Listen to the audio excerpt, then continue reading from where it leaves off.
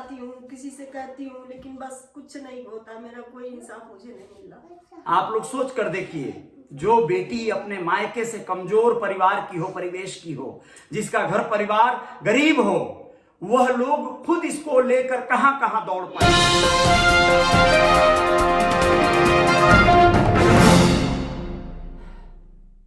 मां अपने बच्चे को दूध तब तक नहीं पिलाती है जब तक कि वो रोने नहीं लगता है या फिर वो दूध की मांग नहीं करता है।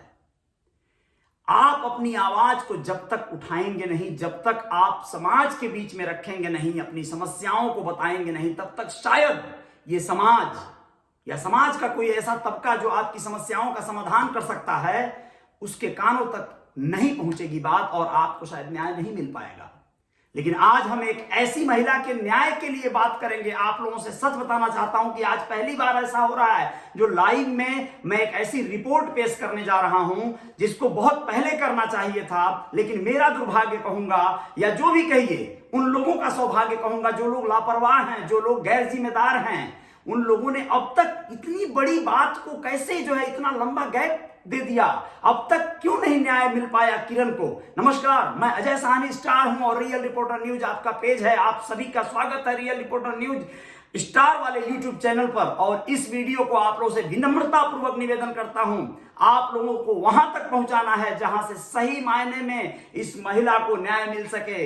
इनका नाम है किरण देवी और ये रुद्रपुर विधानसभा के अंतर्गत आने वाला एक गांव है, शीतल माझा, जगत माझा नाम है ना गांव का, जगत माझा रुद्रपुर थाना अंतर्गत आता है, वहां इनका मायका है और ससुराल आपके नंदा नगर गोरखपुर में है। दोस्तों, आप लोगों को बताना चाहता हूं, आप लोग इस महिला के लिए क्यों नहीं शेयर करेंगे और क्यों नहीं न्याय की गुहार करेंगे, आप लोगों से बताऊंगा। विगत 4 वर्षों से ये लड़ाई लड़ रही है औरत अपने पति से, अपने ससुराल के लोगों से, कोर्ट की लड़ाई, और उस लड़ाई में इसने क्या क्या फेस किया है, किन किन लोगों से इसे समस्याओं को फेस करना पड़ा, क्या क्या मुसीबतें आई, कैसे कैसे इसे लोगों ने दरकिनार कर दिया और कोर्ट के आदेश के बावजूद भी इसे जो हर्जाना मिलना चाहिए, जो गुजारा भत्ता मिलना चाहिए, वो नहीं मिल रहा है। अपने 2 बच्चों को लेके किस तरह जद्दोजहद कर रही है, मैं बताऊंगा कैसे मुलाकात हो गई और कैसे ये बात हो रही है।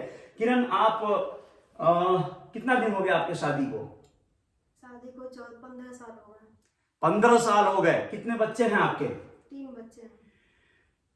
3 बच्चे हैं। सबसे मतलब 2 बेटे बताइए आप, एक बेटी? जी। बड़ी बेटी है?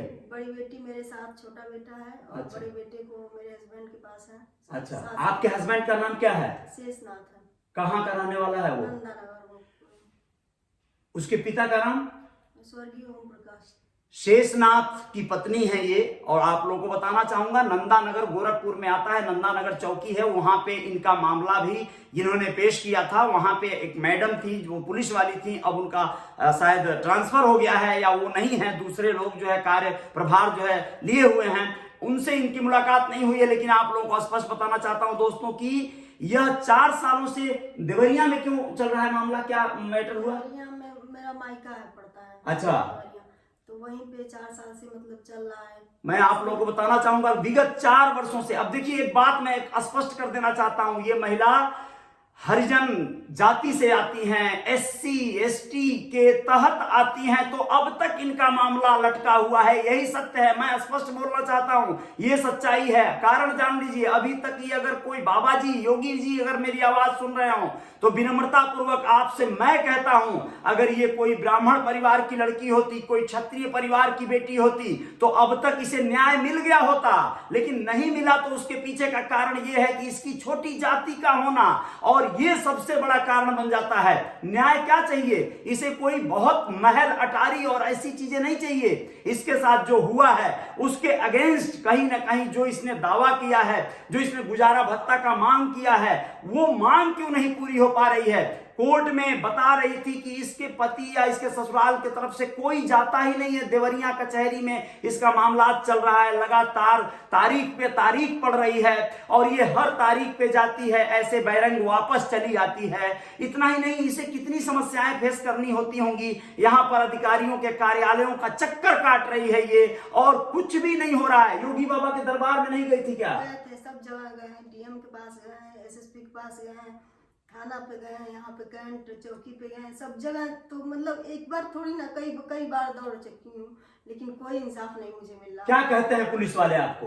पुलिस वाले बस बहाना, बस हाँ हो रहा है काम, ऐसे करके बस टाला जाता है। आप लोगों को बता दें दोस्तों कि बहुत सी महिलाएं ऐसी होती हैं, अलग अलग लेवल के लोग हैं ना, अलग अलग सोच के लोग हैं, अलग अलग क्षमता के लोग हैं। किरण थोड़े कम बोलती हैं, थोड़ा शांत होकर रहती हैं, तो इनके इस शांत रहने की प्रवृत्ति का लोगों ने इनके, यानी कोई अगर बेटी गूंगी है, कोई अगर शांत है, सीधी है, तो उसके साथ न्याय नहीं होगा।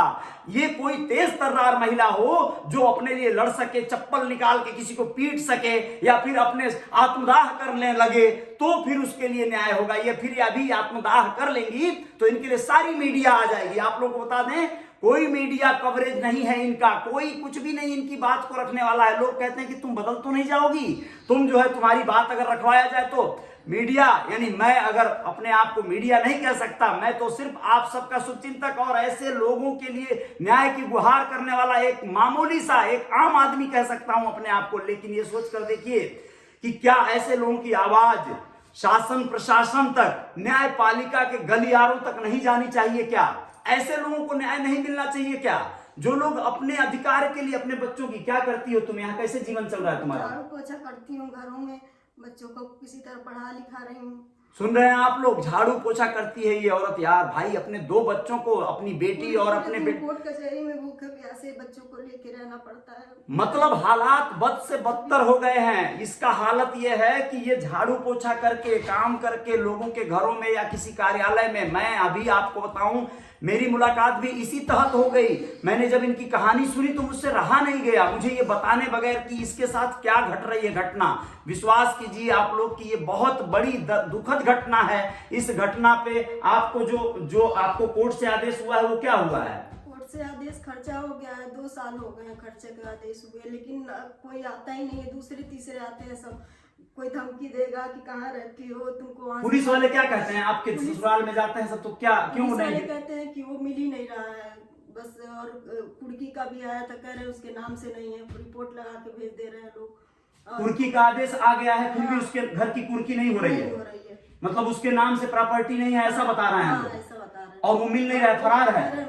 बड़े से बड़े अधिकारी पकड़े जा रहे हैं, पुलिस वाले वाहवाही अपना ठुकवा रहे हैं। उत्तर प्रदेश पुलिस अपनी तारीफें बटोर रही है कि फला अतीक अहमद को, फलाना को मार दिया, एनकाउंटर उनके गुर्गों को कर दिया। लेकिन एक ऐसे आदमी को जो ऑलरेडी नौकरी पेशा है, भाई साहब नौकरी करता है, वो रेलवे में नौकरी करता है, एम्प्लॉय है, और इनका पति इस योग्य है कि गुजारा भत्ता कर सके। आखिर ये बच्चे, अगर ये पत्नी से मामला हो गया है तो 2 तरीका होता है, या तो ये उसको अपनी पूरी तरह से आके इससे विनम्रता पूर्वक इसे अपना ले, इससे कहे कि यार क्या कर रही हो, क्यों ये लड़ाई जारी है हमारी। लेकिन एक्चुअल में इसके ऊपर भी वो ऐसे तमाम गलत आरोप लगाकर कि भैया ये गलत है, इसको ही गलत साबित करने के प्रयास करने हेतु वो भी कोर्ट और कचहरी दौड़ के अपने आप को बढ़िया साबित करना चाहता है, और इससे बिना कोई हर्जाना दिए, बिना कोई खर्चा दिए इससे मुक्ति पा जाना चाहता है। आप लोग बताइएगा क्या ये न्यायोचित है? बड़े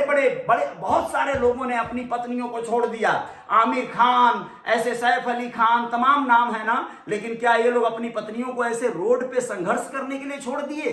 अगर तुम में शादी करने का पेशेंस है, तुम में अगर अपनी पत्नी रखने का धैर्य था, तो पत्नी को छोड़ने की जो शक्ति और ताकत होनी चाहिए वो ऐसी होनी चाहिए कि आप कुछ भी करोगे, लेकिन उसको हर हाल में उसका जीवन यापन के लिए कोई उसे दर दर भटकना नहीं पड़ेगा। किरण, तुम जाती हो कोर्ट कचहरी में न्याय कहीं भी मांगने, तुम्हें डर नहीं लगता? तुम अकेली संघर्ष कर रही हो।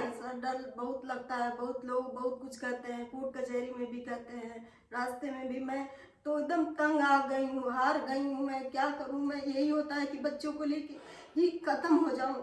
नहीं, तो ऐसा नहीं लड़ना होगा। इस समाज के बीच में यही तो एक बात है, इंसाफ नहीं मिल रहा है, सब जगह दौड़ के हार के एकदम थक गई हूँ मैं। बिल्कुल नहीं, ऐसा मैं आप लोगों को बता दूं दोस्तों, आप लोगों से विनम्रता पूर्वक अपील करता हूं और मैं कहना चाहता हूं उस कानून व्यवस्था से, अपने उस पुलिस प्रशासन से, जो लोग जो इसकी फाइलों को देख रहे हैं, जो लोग इसे टाले जा रहे हैं, उन लोगों का दायित्व है कि इसे शीघ्र जल्द से जल्द न्याय दिलाने की प्रक्रिया पे कार्य करें, वरना इसके हालात बद से बदतर होते जा रहे हैं। दिन प्रतिदिन इसकी सिचुएशन, इसके घर परिवार का हालात, इसके बच्चों का देखिए। अब कोई महिला अगर अच्छे कपड़े पहन रही हो, अगर अपने मेहनत से, अपने कार्य करके, नौकरी करके गुजारा कैसे अपना, अब क्या एकदम बदहाल रहेगी, उसको कोड़ फूटी रहेगी, उसको बीमार हो गई रहेगी, वो उसके बाल झड़ गए रहेंगे, वो एकदम मैला कुचैला कपड़ा पहनी रहेगी, तो तुम समझोगी कि वो दुखियारी है। तो ऐसा होगा क्या? कोई अगर अपने आप को अच्छे कपड़े में रख सके या अपने बच्चों को अच्छा कपड़ा पहनाने की कवायद कर सके तो वो दुखी नहीं हुई। यानी उसको ये लोग, जो लोग बैठे हुए हैं न्यायपालिकाओं में, सरकारों में, वो लोग समझ नहीं पा रहे हैं, शायद उसकी समस्या को समझ नहीं पा रहे हैं। वो अपने 2 बच्चों को लेके किस तरह से गुजारा कर रही है, जीवन जी रही है, बहुत दुर्भाग्यपूर्ण है। मैं कहना चाहूंगा किरण, तुम जो है ये जो लड़ाई जो चल रही है, तुम्हारा पति, ये लोग कोई कोर्ट में नहीं आते हैं क्या? कोई नहीं आता सर, कोई तारीख पड़ती है तो कोई नहीं आता? तीसरे लोग आते हैं जो बस उल्टा सीधा वो भी सब बोलते हैं हमको, बोलते हैं, और मतलब कोर्ट कचहरी में बस वही लोग आते हैं, वो कुछ नहीं कहते हैं, खर्चा देने के लिए नहीं बोल रहा, खर्चा देगा नहीं, वो 1 रुपए खर्चा नहीं देगा। खर्चा जबकि कोर्ट से आदेश हो चुका है देने का, फिर भी वो कह रहा है खर्चा नहीं देगा। सोचिए ये क्या है, ये अपने आप में कितना बड़ा निर्णय है। यानी कोर्ट की अवमानना, कोर्ट के आदेश का पालन नहीं करना, कोर्ट में आना ही नहीं है, उसको कोई डर नहीं है, कोई फिक्र नहीं है, क्योंकि उसे पता है कि ये कहीं जो है इसको न्याय मिलेगा नहीं, ये कहीं पहुंच नहीं पाएगी, इसकी कोई पहुंच नहीं बन पाएगी, इसका कोई मीडिया या कोई भी सेक्टर पे कोई पुलिस प्रशासन कोई सुनवाई नहीं करेगा।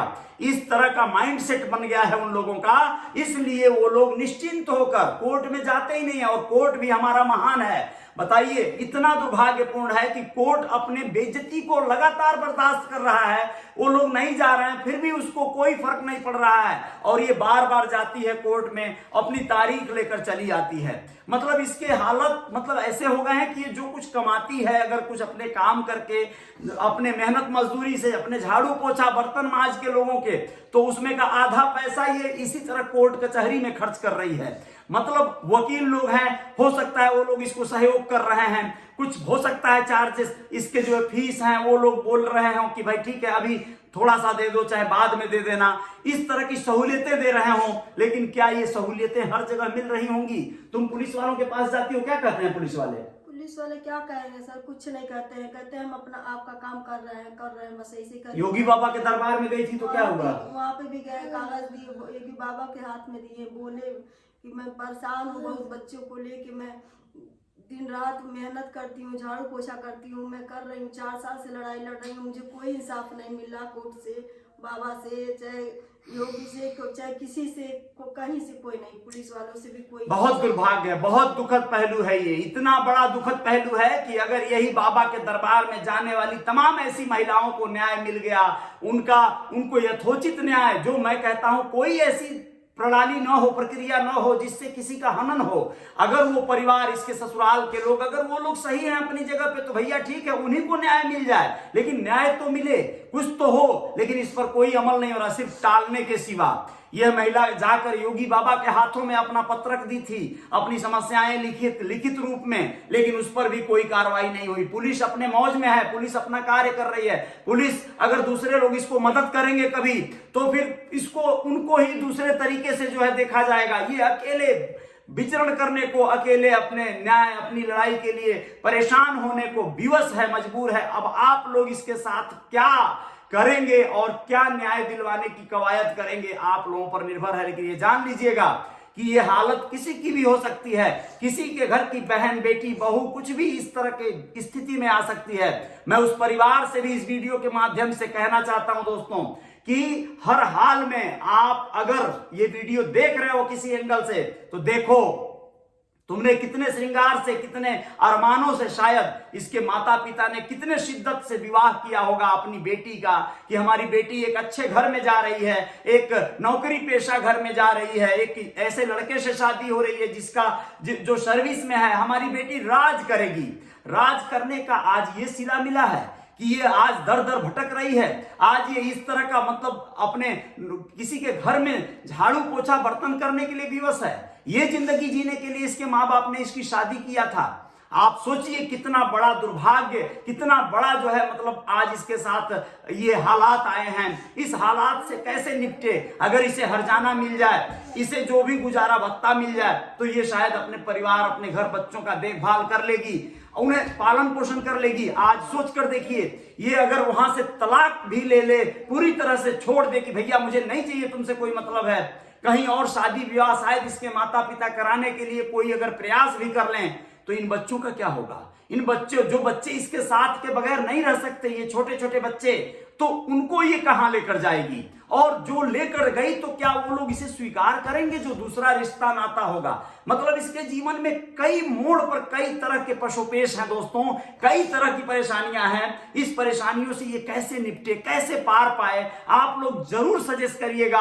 और आप लोगों को बताना चाहता हूं, इस वीडियो को सिर्फ और सिर्फ इतना साझा कर दीजिएगा प्लीज कि ये कम से कम उन अधिकारियों तक पहुंच जाए, उन सरकार, उन बाबा योगी आदित्यनाथ तक पहुंच जाए जिनके देख रेख में, जिनके शहर का ये मामला है। गोरखपुर नंदानगर गोरखपुर का एक मोहल्ला है, एक एरिया है जहां का ये मामला है दोस्तों। वहां पर इसकी ससुराल है और वहां इसको बेदखल कर दिया गया है। उस घर में बैठने का इसको दिया था, घर में मेरे लड़के से भी नहीं बात करने देते हैं लोग, न मिलने देते हैं, कुछ नहीं करते। तुमको वो घर में रहने दे रहे थे लोग? नहीं रहने। उस घर में सामान उठा के इसका फेंक दिया गया। इसका बड़ा लड़का आज भी उस घर पर उन लोगों के कब्जे में कहा जाएगा। कब्जा से मतलब क्या होता है? मान लीजिए वो लोग बहुत प्यार करते होंगे अपने बच्चे को, ठीक है, लेकिन बड़ा लड़का के अभाव में, उसके गैर हाजिरी में ये क्या सहती होगी, उसको ये लोग ले लिए अपने और इसको बाहर कर दिए, घर से बाहर भगा दिए और सामान उठा के फेंक दिए। क्या बुरा हो जाता अगर मैं तो इसी सोच का हूं ना, आप लोग जानते हैं कि उसी घर में रहती ये, उनको रखा जाता, ये अपने बच्चों के साथ रहती, तुम साले रिश्ता ना निभाते, तुम कुछ भी ना इसके साथ निभाते। हो सकता है ये भी तो चल सकता था। जीवन भर ऐसे लोग भी तो है जो लोग बात नहीं करते हैं, रिश्ता निभा ले जाते हैं। लेकिन इस तरह से छोड़ देना, इस तरह से अपने घर से बेदखल कर देना, आज इसे सड़कों पर ला दिया है और ये मजबूर है अपनी व्यथा को, अब ये कहीं कह भी नहीं पा रही है। देखिए इसकी कोई पहुंच नहीं है, किसी रिपोर्टर, किसी मंत्री, मिनिस्टर, नेता। तुम कभी किसी नेता होता के चक्कर में क्या गई क्या कभी ऐसे जो है जाके अपनी समस्याओं को लेके? कौन सुनने वाला साहब मेरा? कौन सुनने वाला? कोई नहीं सुनता है मेरा। मैं सब जगह जाती हूँ, किसी से कहती हूँ, लेकिन बस कुछ नहीं होता, मेरा कोई इंसाफ मुझे नहीं मिल रहा। आप लोग सोच कर देखिए, जो बेटी अपने मायके से कमजोर परिवार की हो, परिवेश की हो, जिसका घर परिवार गरीब हो, वह लोग खुद इसको लेकर कहां कहां दौड़ पाए, जीने की परवस्ती करने के जुगत जुगाड़ में लगे होंगे, तो वो लोग इसे लेके स्ट्रगल कहां कर पाएंगे। लेकिन आप सोचिए कि ऐसी महिलाओं का अगर कोई बाहरी, कोई भी, मैं अगर आज सपोर्ट करने की हिम्मत जुटा पाया हूं तो ये 4 बार मेरे बारे में फिक्रमंद थी। ये कह रही थी कि आपको कुछ परेशानी तो नहीं हो जाएगा मेरी बात और मेरी समस्याओं को रखने के चक्कर में। मैंने कहा मुझे परेशानी होगी तो मैं परेशानियों से लड़ना जानता हूं और लड़ लूंगा, लेकिन ऐसे लोगों की आवाज अगर नहीं उठा सका, ऐसे लोगों के लिए अगर बात न कर सका, तो फिर धिक्कार है जीवन पर और कोई मतलब नहीं है। कम से कम इतना तो कर सकते हैं हम। तो मैं आप लोगों से कहना चाहता हूं, विनम्रता पूर्वक कहना चाहता हूं, हाथ जोड़कर, जो पुलिस प्रशासन के जो लोग भी अधिकारीगण हैं, भाई साहब कृपया करके किसी भी तरह से, कहां पाताल में छुप जाएगा आदमी, कहां जो है आसमान निकल जाएगा, उसे लाइए, उसे पेश कीजिए, आप उसे गिरफ्तार करके उसे बैठा के सुलह या तो करवा दीजिए आप लोग ढंग से, जबकि इसकी संभावनाएं निकल चुकी हैं। तुम कभी सुलह करने का प्रयास नहीं की क्या उससे कि भाई हम जो है, सामने मेरे आया ही नहीं कि सुलह क्या बात करें। हम तो कहते ही हमको लेकिन वो रखने ही नहीं तैयार है, सब रखने ही, वो मेरे सामने ही कभी नहीं आया। बहुत दुखद पहलू है। इतना चिल्लाएंगी, कहीं मिलेंगी तो इतना चिल्लाएंगी मेरे पे कि बस कुछ नहीं। मैं सासू माँ का चिल्लाना, पति का जो है नदारत रहना, या यूं कहें कि वो सीधे सीधे तिलांजलि दे देना, मतलब एक औरत को बिल्कुल एकदम जीवन तहस नहस कर दिया है, नरक कर दिया है। अब ये औरत किस हाल में जी रही होगी, क्या अंदाजा लगा सकते हैं आप लोग, और लगा सकते हैं तो कृपया पहुंचाइए इस बात को ऐसे महकमे तक जो इससे संबंधित है।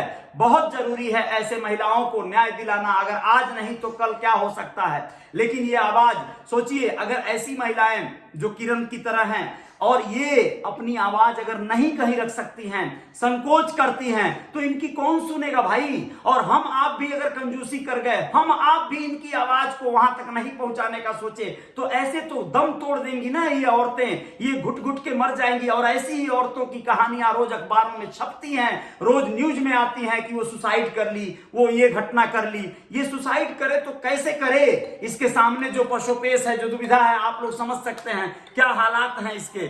ये अपने बच्चों को भी लेके मार डाले क्या, अपने बच्चों के साथ सुसाइड कर ले। सुसाइड करना ये विकल्प नहीं है। आपको न्याय दिलाना होगा। आप लोगों को हर हाल में इसके लिए एक बटन दबाना होगा दोस्तों, और हर हाल में इसे पहुंचाना होगा सरकार तक, और न्याय दिलाने की प्रक्रिया जारी रहेगी। आप लोग ऐसी तमाम और भी दूसरी महिलाएं हैं या पुरुष हैं, मैं नहीं कहता कि गलत ये नहीं हो सकती, गलत सिर्फ पुरुष हो सकते हैं, हो सकता है कि ये भी गलत हो जाएं, लेकिन गलत होने का क्या तरीका है और क्या उसका निस्तारण नहीं होना चाहिए, क्या उन्हें सुधरने का, उन्हें सुधारने का अवसर या उन्हें अपना बनाने का कोई ऑप्शन नहीं छोड़ना चाहिए। ऐसी महिलाओं को न्याय दिलाने के लिए जो न्याय ने, कोर्ट ने आदेश किया है, उस पर त्वरित कार्रवाई होनी चाहिए। यही सबसे बड़ा न्याय है और सबसे जरूरी है।